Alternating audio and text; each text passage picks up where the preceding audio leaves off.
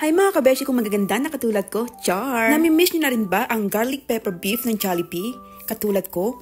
Well, magluluto tayo ngayon ng napakasarap kong version na garlic pepper beef ala Jollibee. Itong recipe na pala ito mga kabeshi ay homemade version of the popular garlic pepper beef or minsan ang tawag nila dito ay garlic pepper steak from Jollibee mga kabeshi. Wag, alam nyo ba yun? So ano pang hinihintay nyo? Welcome sa panlasang lot-lot charot! Charot lang! So syempre, kailangan natin ng beef para sa recipe ito mga kabeshi. At mas maigi pala na piliin natin ang pinakamalambot na part ng beef katulad ng sirloin, flank steak or tenderloin. O baka naman yung piliin nyo yung buto-buto ha? Pero bahala na kayo mga kabeshi kung anong gusto nyong gamitin. Kung gusto nyo, pwede naman yung buong baka ang lutuin nyo. Char! Charot lang! So, dapat natin tong islicein ng maninipis para madali lang siyang lumambot, ganon. So, na-slice na natin yung beef mga kabeshi. Ngayon naman, kailangan natin tong i-marinate. So, gagamit tayo ng cornstarch, soy sauce, and oyster sauce mga kabeshiwak. So, kailangan po nating i-marinate yung beef natin kasama ng soy sauce, oyster sauce, at cornstarch mga kabeshi para mabalanse yung flavor.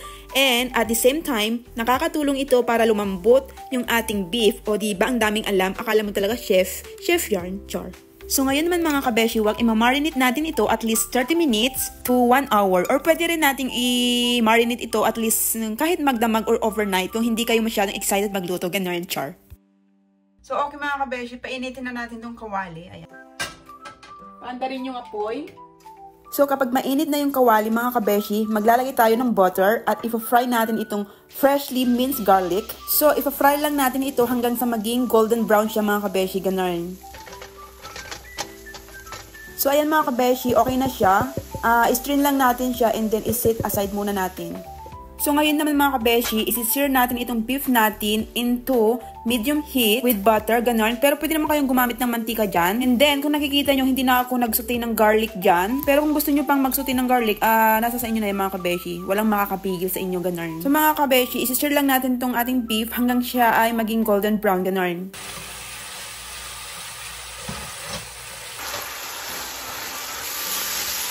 So okay na yan mga kabeshi, itabi lang muna natin ito. So ngayon naman, gagawa tayo ng mushroom gravy. Gamitin na lang din natin itong kawali kung saan natin niluto yung beef natin. So maglagay lang ulit tayo ng butter. At syempre, maglagay din tayo ng flour. So stir lang natin ito hanggang sa matunaw siya. At syempre, maglagay din tayo ng tubig para hindi mauhaw ito niluluto natin mga kabeshiwak, char. Charot lang. So ngayon naman, maglagay tayo ng isang beef cube para lalong maging kasing sarap natin. Ganay, char. So ngayon naman mga kabeshi, pwede na rin natin itong ilagay itong mushroom natin. So maglagay na rin tayo ng paminta, pampaganda at pampabata, char.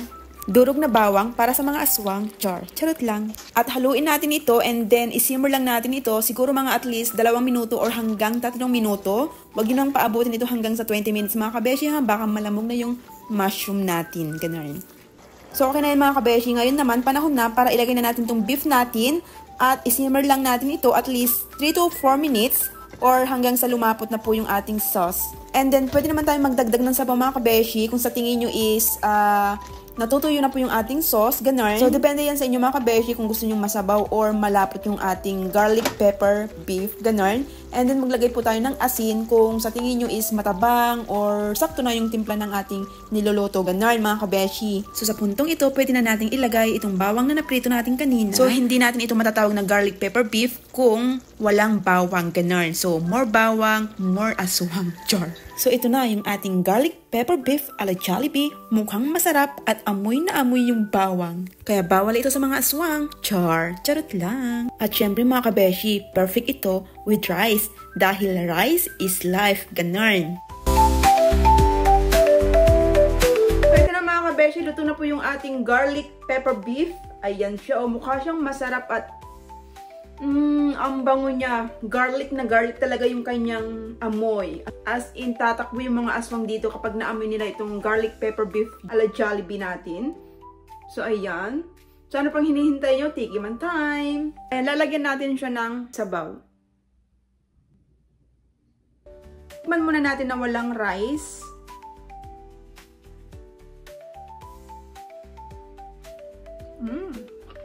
So, yung may kanin naman mga kabeshi, ayan siya oh.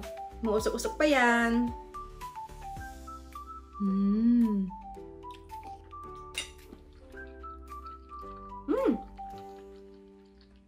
Ang sarap niya mga kabeshi. Check na kapag ito yung inulam niyo, mapaparami kayo ng rice. As in, grabe siya. Lasang garlicky talaga. Ang daming bawang. Oops, nahulog pa. The best. Super sarap niya. As in, kapag natikman nyo ito mga kabeshi, makakalimutan nyo na may mga sakit at hinagpis dyan sa puso nyo. Char. So, kain mga kabeshi. Bye!